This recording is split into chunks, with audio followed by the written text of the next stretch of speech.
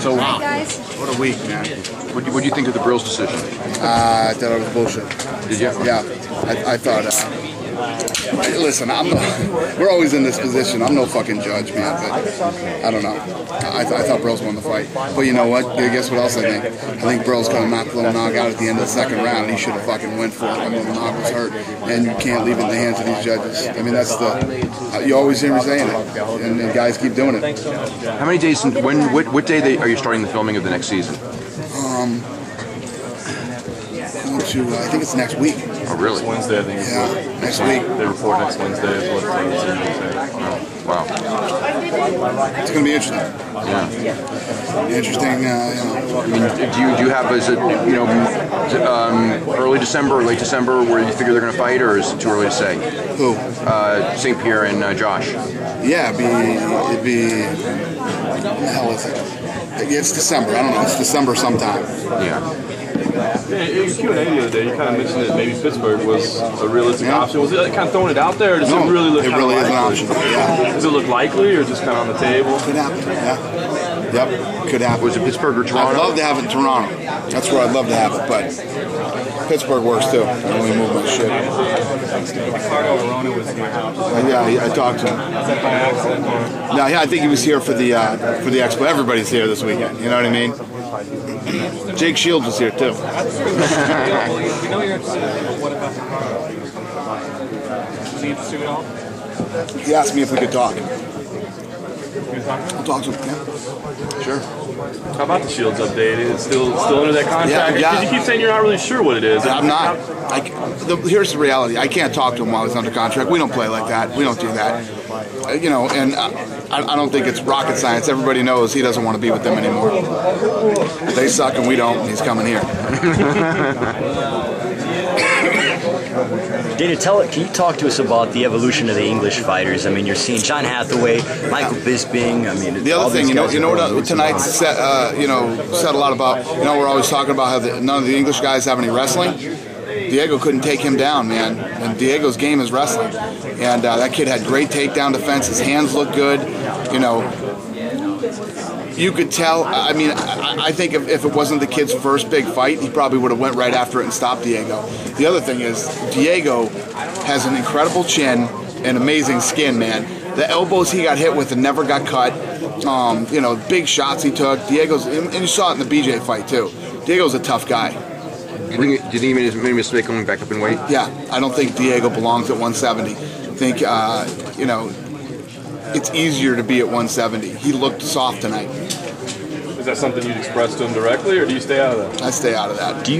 That's up to those guys. The only time I ever really get involved is if title holders, Or like a James Irvin type thing. Or... Yeah. Do you think he overlooked Hathaway? He said that earlier in the week that fighting in Vegas for the first time, he was undefeated in Vegas, Diego being, that he overlooked Hathaway a little bit? I don't know. Maybe listen, it's just like Rampage said. You're crazy to overlook anybody. Look at all the shit that people were talking about Brills. You know what I mean?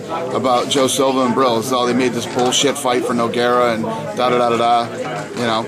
And some people feel Nogueira lost that fight. So. Does that bother you, how the fans react when two fighters... No, I just like to stick it up everybody's ass after when they're wrong.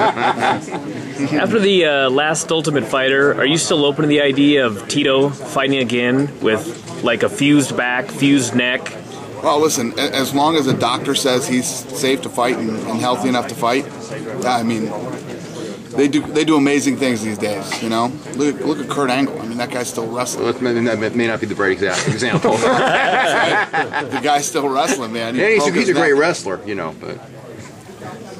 I fucked up and went over to Dave Meltzer territory there. Exactly, yes. I don't know jack shit about wrestling. And do you think it's Tito and Chuck is a viable match if Chuck gets by Rich Franklin? It could be possible, They did that season of The Ultimate Fighter, We'll see what happens. We'll see what happens. Dana, word has started to trickle out about Indianapolis in September. You guys have a lot of fighters from Indiana. Can you talk about, that's a new market, obviously, for you. You guys love to go to new markets, but can you talk about the significance of Indiana in general? Yeah, it's a city we've wanted to go for a long time. I mean, Pittsburgh, you know, some of these new cities we're always trying to go to places we haven't been to yet, and hopefully we pull that one off. How about Austin? A couple people have mentioned Austin over the past few San years. Antonio we're looking at actually. They were mentioning a September fight night as a possibility. Is there anything concrete yet? We have this board about this big in our office, and we'll fill in a city. Thanks, baby. We'll fill in a city. We'll scratch it out. We'll put in another city. I mean, we're always looking, and we do a lot of. I said this to you guys before. I think it was last time we talked. We put a lot into deciding where we're going to go. We don't just fucking throw a dart on the wall or like Strikeforce go. They went there, so we'll go there too. You know what I mean? We don't do that. We pull numbers on how we did on TV, how we do on pay-per-view, what their economy looks like. I mean, we look at a lot of different things before we go into a market. Seattle seems to always do pretty good on pay-per-view. Any thought on going there, Seattle? Seattle, yeah. We've talked about Seattle before, but we're going to Vancouver right now, so it'll be a while before we hit Seattle. What about a live event in Mexico? We're working on that. We're working on Mexico City.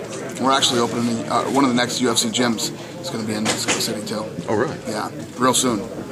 There was so much hype behind this fight. The main event. I mean, did you feel that it lived up to everything it could be? Would it disappoint you at all? What did you? Let me tell you what, and I don't think anybody standing here in front of me will disagree. Kind of laid out the way that I thought it would. I thought that Rashad was going to come out with a game plan to stick and move and stay on the outside, try to get some takedowns, and I thought Rampage was going to come in dropping bombs, trying to knock him out. It went exactly the way it did. I was actually.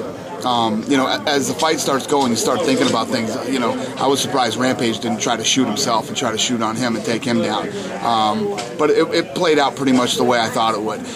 I figured that Rashad was going to use his athleticism and speed to stay outside and try to win the game, getting takedowns and work them.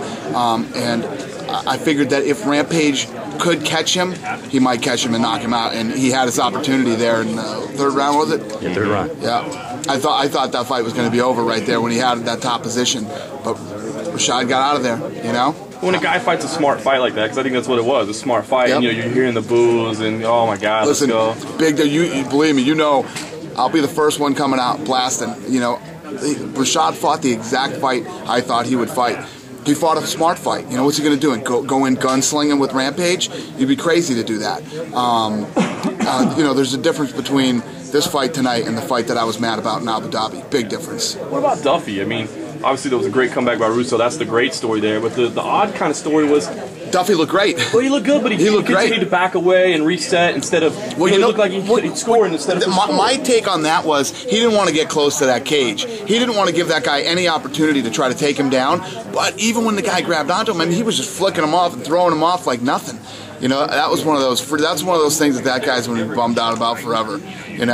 He looked great the whole fight. He was controlling the fight. He looked good. And like I said, and tell me if anybody thinks that he's different. The fans were looking at this thing because you've seen so many boxing events where you see this young, ripped-up guy who's the next up-and-coming guy, fighting some big, flabby dude, and they're like, oh, this is a setup. This guy's supposed to win. But you can't do that with MMA, but that's why the crowd was getting booed. If both those guys were ripped and in great shape, they'd have been cheering with Duffy landing the shots he was landing. You don't feel like Duffy let him off the hook at all?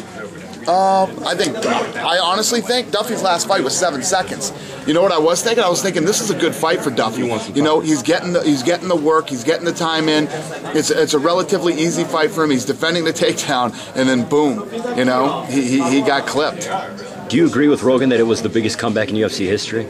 I know you've seen a lot of comebacks. It was pretty big, man. That was about as one-sided of a fight as I've ever seen in my life. And that whole out of the 16,000 who are here tonight, you asked one person if they thought that dude was going to win by knockout. Imagine if somebody came up and said, "I'll bet you $1,000 Russo knocks him out in this round." You'd have taken it.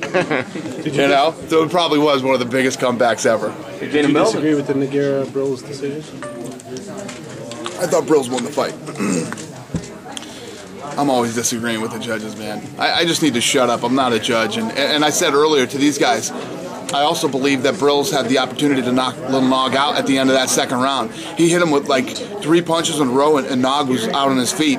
And Brills stopped punching, and there was like 20 seconds left of the round. you left it in the hands of the judges. You know what I mean?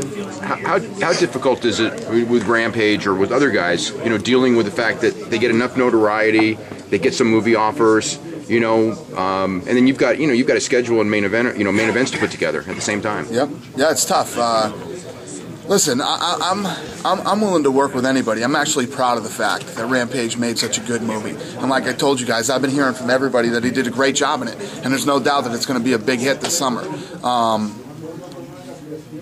But when you're obligated to do something for me, you should keep your obligation. We're going to have these problems as guys continue to get bigger and bigger. So I'm just going to do the best I can to work around it. But you learn lessons from it too. Rampage now has been out all this time. Plus, let me tell you what. Anything in life, the grass is never greener on the other side. Okay, I would actually be nice if I'd ask everybody the stuff that he said about Fox to not write that or don't play that. And I told him after, I said, you don't need that. Why do that? Why get into this beef with these guys? He gets mad at me and he's out there talking smack about me, but I'm used to it. You know what I mean? I'm not going to be like these guys in Hollywood. So he did a great job on this movie. Hopefully it's successful for him and helps. But the reality is, and people talk shit on the internet and people like to put out, this is where he makes his money. Okay, believe me when I tell you, this is where he makes his money. And he knows that now. But if he has the opportunity to go out and do stuff like that, it's cool. And that movie lives forever, and it's a good movie. I'm happy for him. I just don't want to see him going out and getting in shit with those guys and getting into lawsuits and all kinds of bullshit that could happen. It's just not worth it. Dana, there are a lot more guys, more MMA guys, especially here in the UFC, getting movie offers, things along those lines. Do you feel that's a commitment towards the UFC, exposing the public more to these guys and showing them their personalities and a different side of them? It just goes to show how popular the sport's getting, and people know that there are a lot of people that are interested in the sport. And if you put one of these guys in the movies, the problem is it's all the bottom feeders that are coming out. It's not. Rampage landed probably the biggest role, and Couture has got a big role this summer, in The Expendables. But most of the movies are shit you wouldn't watch on DVD. You know what I mean? It's a lot of the stuff. I'll be lucky if it makes it to DVD. Have you watched any of those? No. I've watched a couple. Yeah. I won't even watch them. All you gotta do is look at the cover and go, oh, hell no. I ain't watching this.